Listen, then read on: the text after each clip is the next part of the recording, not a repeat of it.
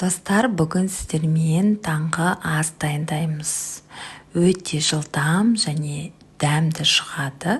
Осы рецепт бойынша сіздер жасап көріңіз. Бізде жеңіл рецепттер өте көп.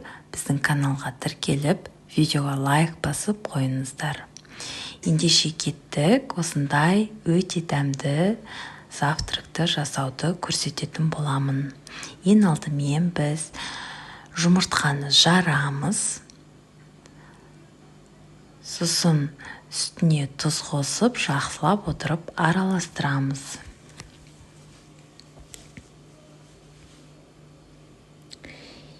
Енді қызып тұрған табамызға осы жұмыртқаны құйып, пісіріп алатын боламыз.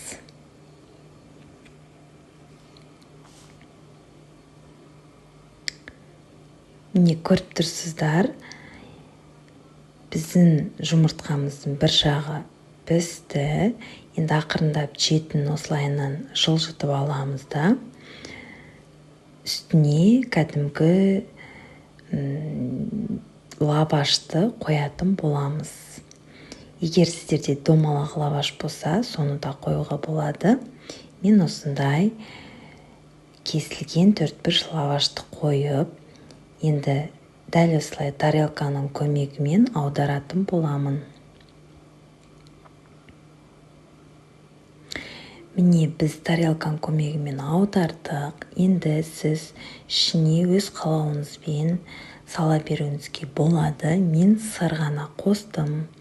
Үйде не бар, соны қосып жасай берсеңіздер болады. Колбаса, помидор, қияр, осылай салып жіберсеңіздер де болады. Бірақ сырмен ғана өте дәмді шығады. Дәл осылай етіп қабаттаймыз да, екі жағын аздап қыздыратын боламыз. Міне біздің таңғы асымыз дайын. Небәрі 5 минутыңыз кетеді. Сізде осылай жасап көріңіз. Осы рецептпен жасағаннан кейін міндетті түрде астына комментарий жазыңыз. Және таныстарыңызға, достарыңызға осы видеоны жіберіп қоюды ұмытпаңыз. Бізге тіркеліп, видеоға лайк басыңыздар. Дәл осылай таңғы асты жасап көріңіздер. Рецепт описанияда болады. Ал сіздерге сәттілік.